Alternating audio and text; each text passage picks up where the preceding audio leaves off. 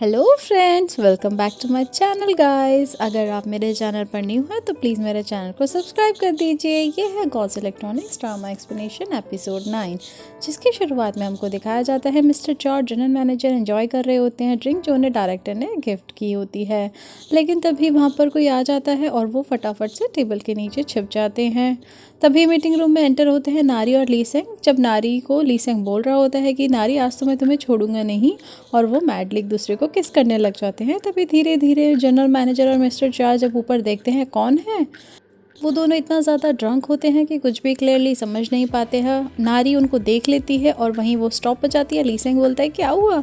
तब ली सेंग भी टर्न होकर देखता है, वो सोचता ओह अब तो हम पकड़े गए। वो दोनों डर कर वहीं खड़े हो जाते हैं। तब जनरल मैनेजर उनके पास आते हैं और ली सेंग को डांटने लग जाते हैं। वो बोलते हैं ली सेंग, नारी तुम्हारी सीनियर है और तुम कैसे बातें कर रही थी कि अब मैं तुम्हें नहीं छोड़ूंगा।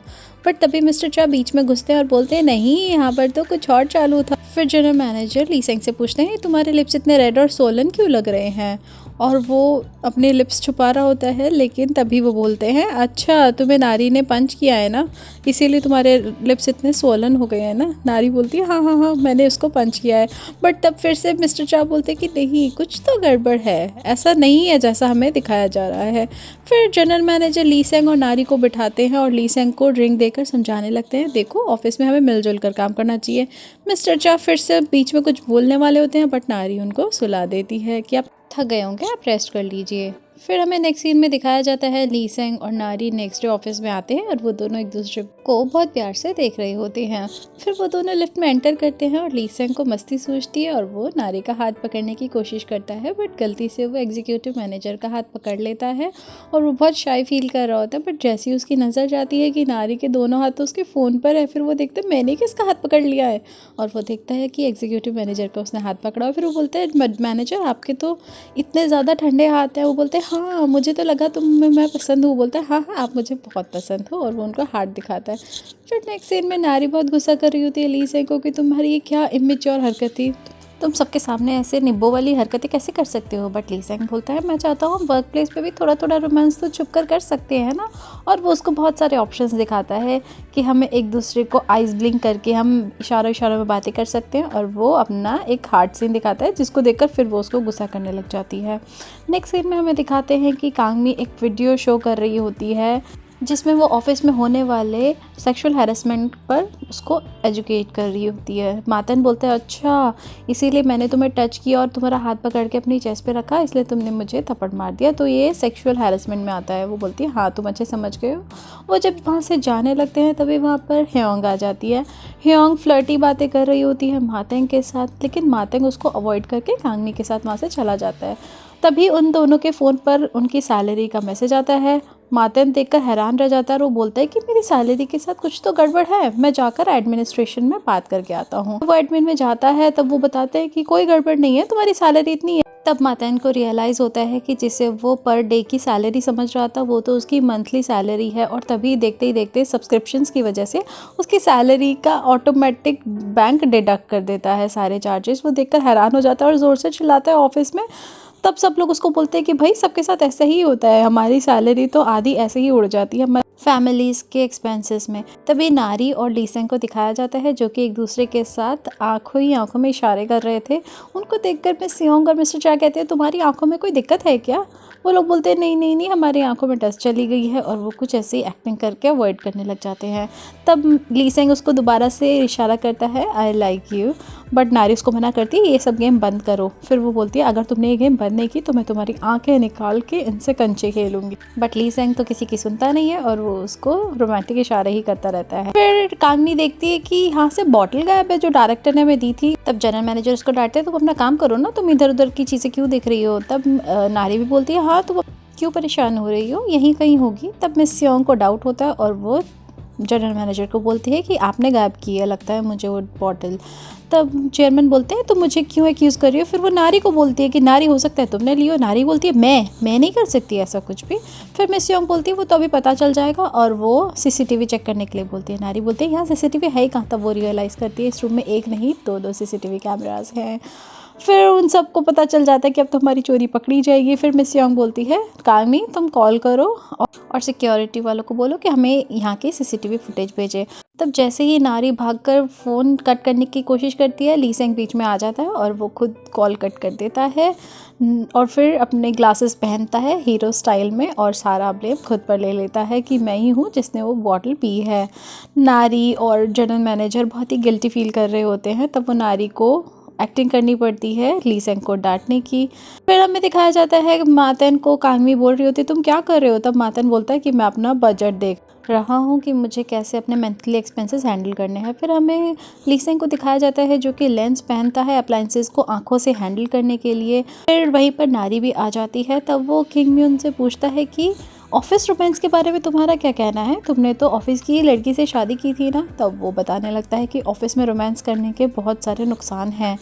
अगर तुम लोग किसी प्रोजेक्ट पर काम कर रहे होंगे और प्रोजेक्ट में कोई भी प्रॉब्लम हो जाती है तो इस चीज़ का ब्लेम तुम दोनों की रिलेशनशिप को दिया जाएगा।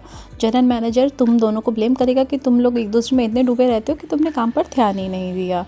तब ली सेंग और नारी एक दूसरे को देखने लग जाते हैं। फिर नारी बोलती है इसीलिए मैं ऑफिस रोमांस प्रेफर नहीं करती। फिर किम म्यून सेकंड डिसएडवांटेज बताता है। वो बोलता है अगर ब्रेकअप हो जाए तो एक साथ एक ही प्रोजेक्ट पे काम करना भी बहुत मुश्किल हो जाता है। फिर नारी गुस्से से ली सेंग को घूरने लग जाती है कि तुम मुझे ऑफिस रोमांस के डिसएडवांटेजेस सुनाने के लिए इससे क्वेश्चंस कर रहे हो क्या। फिर नेक्स्ट सीन में दिखाया जाता है कांगमी मातन को गाइड करती है कि कम पैसों में तुम कैसे चीज़ों को हैंडल कर सकते हो। फिर वो साइट्स बताती है कि पहले तुम ऑनलाइन हर चीज़ का प्राइस चेक करो और जो भी सस्ता हो वो ले लो और बहुत सारे कूपन्स कलेक्ट करो। कूपन कलेक्ट करने से तुमको एक फ्री में कॉफ़ी भी मिल सकती है। मातन ये सब चीज़ें देखकर इतना हैरान होता है और बोलता है अरे ये तो बिल्कुल मैजिकल है, बिना पैसे खर्च किए मैं कॉफ़ी पी सकता हूँ। फिर मातन को कांगमी बहुत ज़्यादा वॉक करवाती है और दिखाती है ये ऐप ज़्यादा वॉक करने पे हमें कैश प्राइस भी देती है। मातन देखकर हैरान हो रहा होता है कि अच्छा हम ऐसे भी पैसे कमा सकते हैं। फिर वो उसको बोलते हैं लेफ़्ट ओवर फूड के लिए बैग में छोटे छोटे बॉक्सेस भी रखने चाहिए। नेक्स्ट सीन में दिखाते हैं ली सेंग नारी के पास से एक डॉक्यूमेंट प्रिपेयर करके लेके जाता है और बोलता है देखिए इसमें से आपको जो ऑप्शन पसंद आए आप चूज़ कर लीजिए। नारी भी ली सेंग की ये सारे रोमांटिक ट्रिक्स देखकर बहुत ज़्यादा खुश हो रही होती है और बोलती है तुमने तो बहुत ज़्यादा मेहनत और रिसर्च की होगी इन सब चीज़ों पर। फिर वो खुश होती है और उनमें से एक ऑप्शन चूज़ कर लेती है जो कि होता है हम दोनों ऑफिस में एक दूसरे से बात नहीं करेंगे, जिस पे ली सेंग बहुत ही नाराज़ होता है। फिर नेक्स्ट सीन में हमें दिखाया जाता है मातन ऑफिस में एक जगह खड़ा खड़ा फ़ोन पर बात करते हुए वॉक कर रहा होता है। तब उसका सेक्रेटरी उसको इन्फॉर्म करता है कि आज आपको आपके घर आना चाहिए, आज आपके घर पर एक स्पेशल गेस्ट आने वाला होता है। ये सुनकर मातन बहुत खुश हो जाता है कि अगर स्पेशल गेस्ट आ रहे हैं तो स्पेशल खाना भी होगा। फिर वो घर चला जाता है और वो अपने डैड से बात नहीं कर रहा होता है। उसके डैड बोलते हैं तुम पर भी अपनी माँ का असर हो गया, लगता है वो जितना ड्रामा देखती है ना वही सब ड्रामे तुम अपनी रियल लाइफ में करना चाहते हो। तब मातन की मम्मा बोलती है कि आप ऐसी बातें मत कीजिए ना, कोई क्या सोचेगा कि आप बाप बेटे में कितनी ज़्यादा झगड़ा है। फिर मातन के डैड उससे पूछते हैं ऐसा तो नहीं है तुम्हें कोई लड़की पसंद आ गई है जो कि बहुत गरीब हो बट बहुत केपेबल हो जिस वजह से तुम घर नहीं आना चाहते हो। मातन बस में आंसर करता है, जिस पर उसकी माँ हैरान हो जाती है और बोलती है क्या तुम्हें कोई लड़की पसंद आ गई है। मातन के डैड बोलते हैं देखो ऐसा नहीं चलेगा। तभी वहाँ पर मातन की फियांसे रोरा आ जाती है। मातन के डैड मातन को बोलते हैं देखो तुम्हारी शादी रोरा से होने वाली है। ये बात सुनते ही मातन बोलता है मैं घर जा रहा हूँ, लेकिन रोरा अच्छे बनने की एक्टिंग करती है और अंकल को बोलती है कि प्लीज़ आप ना मातन को प्रेशर मत कीजिए। बट तभी मातन को दिखता है कि टेबल पे खाना लगना सर्व हो गया है। फिर वो बोलता है देखो मैं ऐसे ही बिना खाए चला जाऊँगा तो रोरा की इंसल्ट होगी, और वो जाकर टेबल पे खाने बैठ जाता है।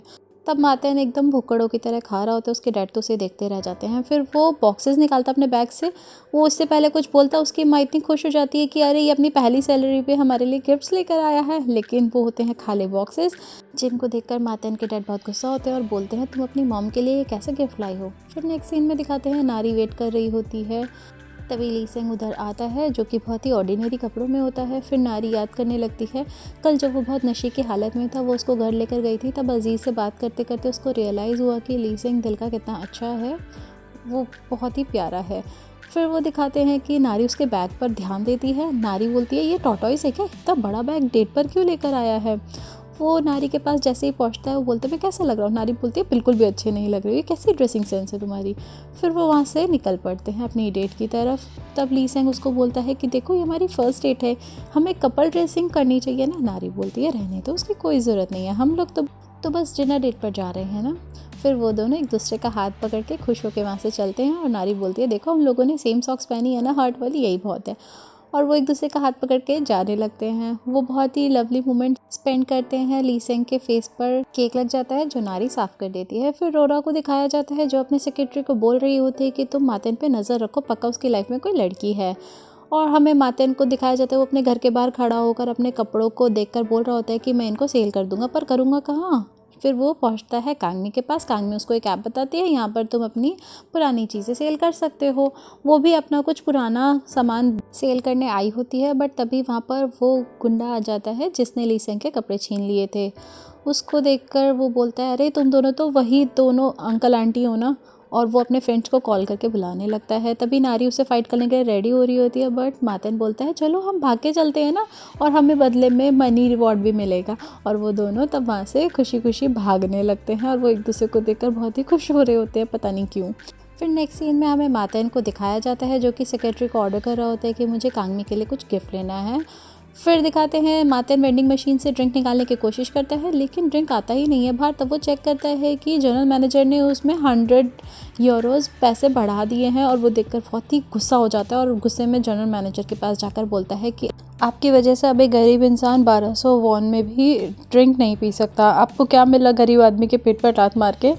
मिस्टर चौर किम उसको वहाँ से लेकर जाता है, बट वो बोलता है कि गरीब आदमियों की आ लगेगी आपको। कांगमी बोलती है इसके तो दिमाग पर बहुत गहरा असर हुआ लगता है। जनरल मैनेजर भी बोलते हैं इसको क्या हुआ है, पागल हो गया लगता है ये तो। फिर नेक्स्ट सीन में सब लोग लंच कर रहे होते हैं, तब किमोन फिर से ऑफिस रोमांस का टॉपिक छेड़ देता है, जिस पर चाबुन बोलता है ये तो सबसे बुरा आइडिया है। लेकिन नारी ऑकवर्ड तो फील कर रही होती है, फिर भी बोलती है क्यों, क्या बुराई, ऑफिस रोमांस भी अच्छी चीज़ है। फिर हमें ली सेंग को दिखाया जाता है जो कि नारी के पैर को छेड़ना चाह रहा होता है, बट गलती से इस बार भी वो एग्जीक्यूटिव मैनेजर का पैर पकड़कर छेड़ने लग जाता है।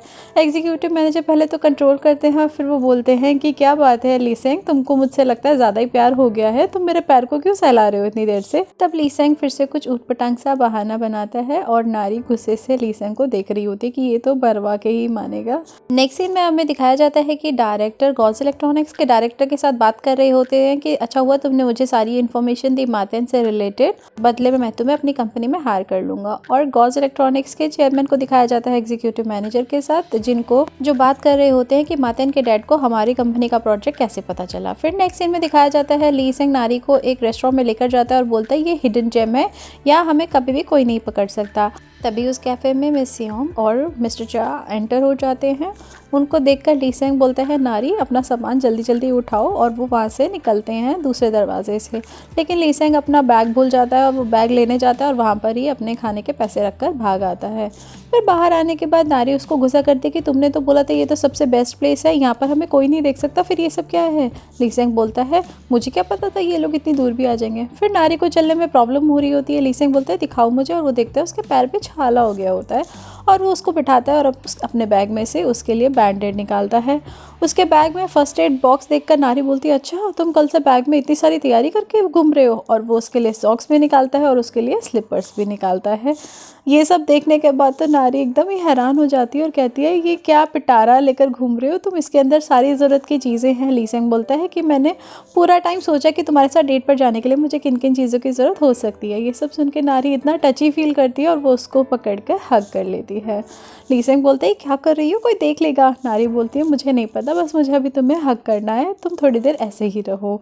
और वो फिर एक दूसरे को थोड़ी देर तक हग करते रहते हैं। तभी मातेन दिखाया जाता है अपने सेक्रेटरी के साथ कांगमी के एरिया में वेट कर रहा होता है। तभी कांगमी आ जाती है। जैसे ही कांगमी थोड़ा सा आगे बढ़ती है, मातेन लाइट ऑन कर देता है, जो देखकर कांगमी हैरान हो जाती है और बोलने लग जाती है कौन पागल है जिसने रात के टाइम पर ये दिन जैसा माहौल कर दिया है, और कौन है वो पागल जिसने रेसिडेंशियल एरिया में इंडस्ट्रियल लाइट लगा दी है। पड़ोसी भी बाहर निकल कर आ जाते हैं। दिखाया जाता है नेक्स्ट सीन में कि ली सेंग और नारी बस स्टॉप पर बैठे होते हैं। वहाँ पर ली सेंग को नारी की मीठी मीठी बातों बड़ा प्यार आता है और वो उसको हग करने लग जाता है। तभी वहाँ पर हेयोंग आ जाती है। हेयोंग को देखकर वो दोनों अलग हो जाते हैं। हेयोंग पूछती है अच्छा तुम लोग हग क्यों कर रहे थे एक दूसरे को। वो लोग जैसे तैसे टॉपिक चेंज करती हैं। फिर हेयोंग बोलती है अरे आप अभी तक इस बैग को लेकर घूमते हो और आप उस रेस्टोरेंट में गए थे जहाँ आप मुझे ले जाना चाहते थे। तब नारी को लगता है कि ये सारी चीज़ें जो ये आज सुबह से कर रहा था ये सब इसने हेयोंग के लिए प्लान की हुई थी। इसने ये सब कुछ स्पेशली मेरे लिए नहीं किया है। ह्योंग की बातों से नारी मिसअंडरस्टैंड कर जाती है, तभी वो वहाँ से जाने लगती है और पलट कर बोलती है कि तुम चिंता मत करो, मैं और ली सेंग डेट नहीं कर रहे हैं एक दूसरे को। फिर ली सेंग बोलता है रुको नारी मत जाओ, और वो जाकर उसको पकड़ता है और बोलता है मुझे नहीं पता ये ह्योंग झूठ क्यों बोल रही है, बट ऐसा कुछ भी नहीं है, ये सब मैंने सिर्फ तुम्हारे लिए किया है। लेकिन नारी सुनती नहीं है और यहीं पर हमारा एपिसोड ख़त्म हो जाता है। Guys, if you like my videos, then don't forget to like the video and do subscribe my channel guys. Thanks for watching.